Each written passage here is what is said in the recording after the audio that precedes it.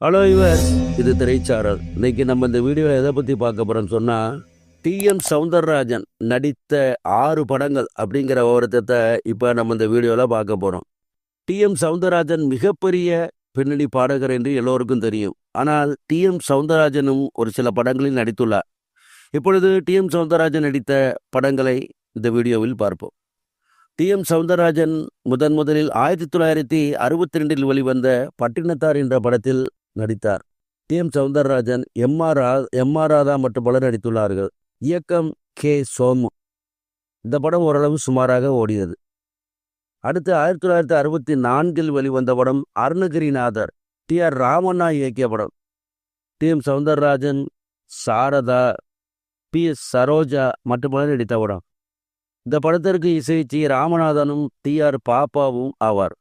இந்த படத்தில் DM சௌந்தரராஜனும் B. சுஷீலாவும் பாடிய நிலவோ அவள் இருளோ என்ற பாடல் சூப்பர் ஹிட் பாடலாகும்.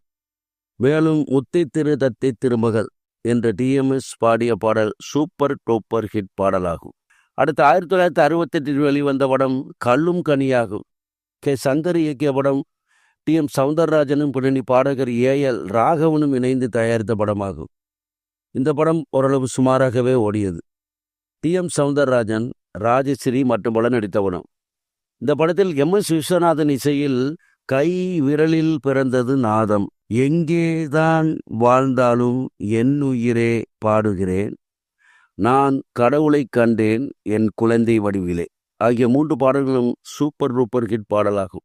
அடுத்து சர்வர் சுந்தரம் படத்தில் இடம்பெற்ற அவளுக்கென்ன அழகிய முகம் என்ற பாடல் காட்சியில் நேரில் தோன்றி நடித்திருப்பார் டிஎம்எஸ். அடுத்து தேவரின் தெய்வம் என்ற படத்தில் திருச்செந்தூரின் கடலோரத்தில் செந்தில் நாதன் அரசாங்கம் என்ற பாடல் காட்சியில் டிஎம்எஸ் நேரில் தோன்றி பாடுவார். அடுத்து கவிராஜ காலமேகம் இந்த படத்தில் டிஎம் சௌந்தரராஜன் கதாநாயகனாக நடித்திருக்கிறார். ஆக இந்த 6 படங்களிலுமே டிஎம் சௌந்தரராஜன் நடித்ததாக தெரிகிறது.